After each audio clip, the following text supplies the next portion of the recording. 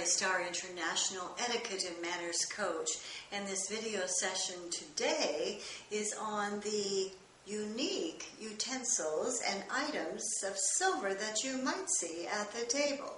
So, join me in discovering what each of these lovely items are all about.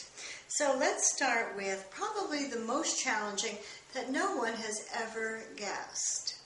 This item is a new item where many of the others I'm going to show you today are antiques, but this item is actually for asparagus. And when you put your asparagus, when it's cooked al dente, meaning very crisp, in a large, long bowl, you're going to be able to lift the asparagus up and it will fit nicely on this, and you can set it onto everyone's plate or they can serve themselves. So this is an asparagus lifter. Now, something tiny and dainty like this little spoon was seen many years ago in my grandmother's day, and this is a spoon that's designed to put into a special individual salt cellar where you would dip your spoon in and then sprinkle the salt onto your own food. How unique.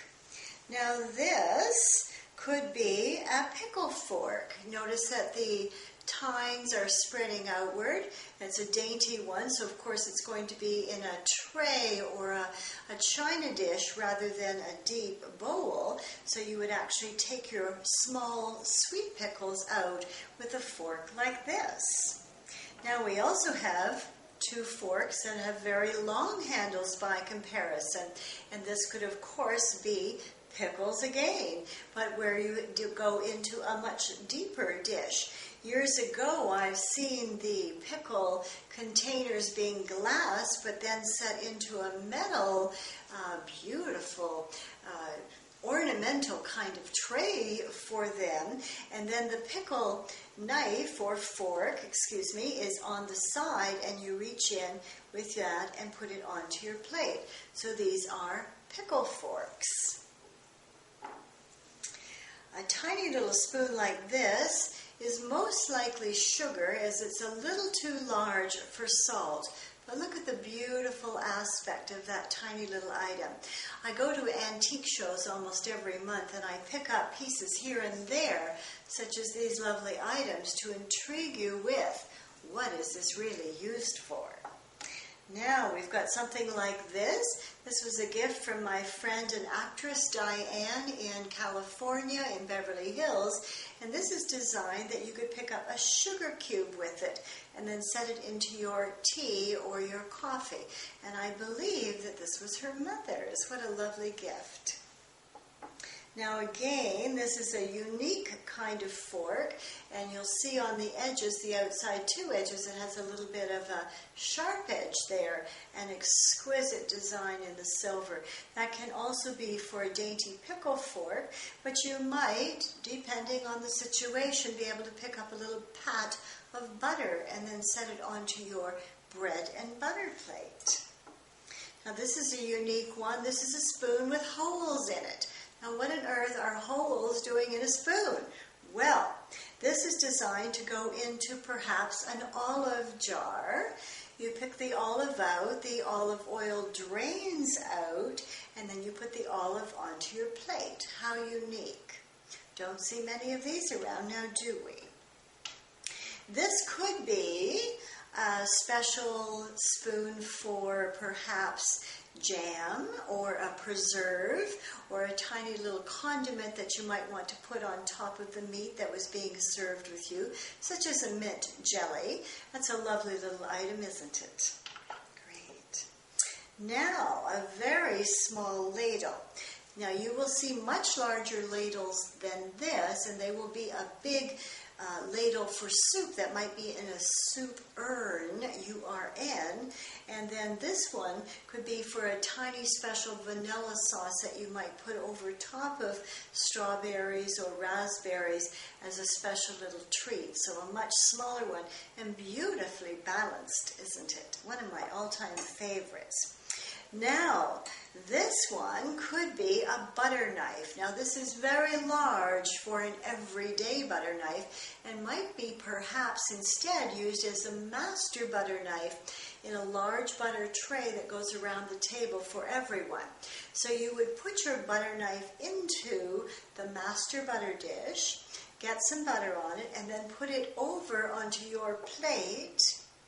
And then put the butter knife, the master butter knife, back in the butter tray that's going around, which probably is going to be crystal. But this is a beautiful antique silver butter knife. Usually the individual butter knives are much smaller, but I've even seen the master butter knife be much, much larger. Obviously that's for a banquet, so get ready for the banquet in your life. Now we have a couple of other items left, and we'll use this example next. Isn't that a beautiful piece? I adore this piece. And it would be held like this, and you would reach into perhaps a plate of crepes, French word for like a little very thin pancake kind of thing, and you would lift it up very gently and then put it onto your plate. So that could be something very, very delicate. A little bit heavier in this design could be for toast, picking that up, but again, it's another beautiful thing. Generally, these things are only found at antique stores or the antiques that are moving around all the time for the antique shows is another great option. And the one I've left to the very last, no one guesses it either. So we started out with an asparagus server, and we are ending with this one. What do you think? Isn't it beautiful? What on earth could this possibly be used for? Well, this lovely little item is designed to lift out something that comes in a can, and you usually put it in a salad, a Caesar salad actually. So it would be a sardine fork. So imagine the tin of sardines. You put this in, lift the sardines out, and the oil from the sardines, which keep them fresh and safe and preserved, then drains out from the special fork. So this is our sardine fork. Now, what a lesson was that? Did you know these things, and when will you use them? You know when you use them is when you go to a special event or you start gathering these things yourself. You may be the only person that knows these items at some of the events that you'll be attending. So although parents these days perhaps are not teaching manners, so of course their children could not know manners, so we are looking at possibly 2 and even 3 generations that don't have the knowledge and the skills for some of the finer dining things in life.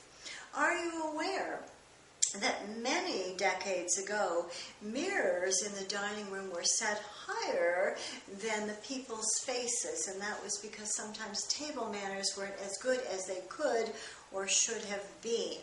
So, get up, dress up, and show up, and learn to use the beautiful utensils that may be on the dining table that you are attending for a special event.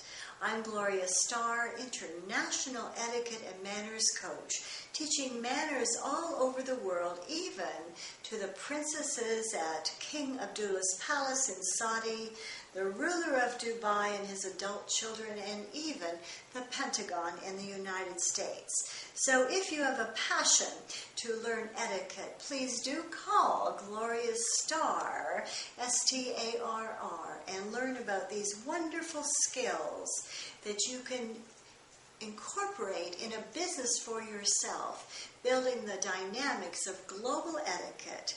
Thank you, Gloria Starr, International Etiquette and Manners.